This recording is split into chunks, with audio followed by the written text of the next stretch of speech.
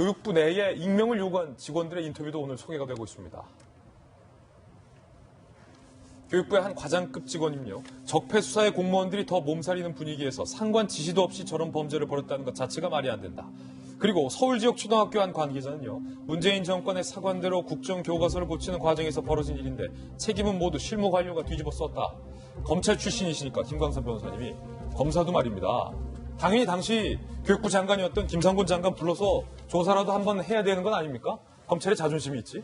이제 꼬리 자르기라는 말을 많이 쓰죠. 그래서 과연 교과서를 저렇게 수정하는데 단지 실무자가 할 수 있을까? 그 부분에 대해서는 누구도 이해하지 못할 거예요. 그러면 어느 정도의 유선과의 어떠한 뭐 공모관계 아니면 협의관계는 분명히 있을 거라고 보는데 단지 수정하는 과정에 있어서 어떠한 뭐 문서를 위조하고 뭐 도장을 마음대로 날리나 그 부분에 대해서는 거기까지 관여했는지는 모르겠어요. 하지만 이제 수정 과정은 아마 윗선까지 개입이 돼 있을 거라 이렇게 봅니다. 그래서 그 부분이 좀 더 철저히 조사가 돼야 한다고 보고 교과서 수정 관련해서 저는 상당히 참 많은 분노를 느끼고 있는데 이게 정권이 바뀔 때마다 교과서가 바뀌어요. 그런데 이게 이제 초등학교 6학년 1학기 교과서라는 거 아닙니까?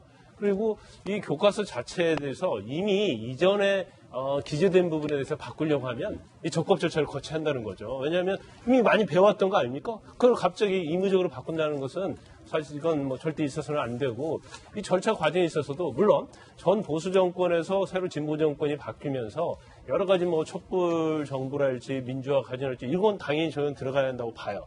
그렇지만 기존에 있던 역사에 대한 평가에 있어서는 객관적으로 해야 한다는 거죠. 그러니까 객관성이라는 것이 보수 정권에서 보면 한가위 기적이랄지 유신체제가 굉장히 객관성이 있는 거고 보수 정권에서 보면 그게 객관성이 없는 거예요. 그러니까 서로의 자기의 어떤 기준과 잣대가 객관성이 있다고 보는데 이걸 어떻게 좀 투명하고 공정히 할 것인가 그거에 대해서 고민을 해야지 100년 된 교육이 들어갈 수 있다고 봅니다.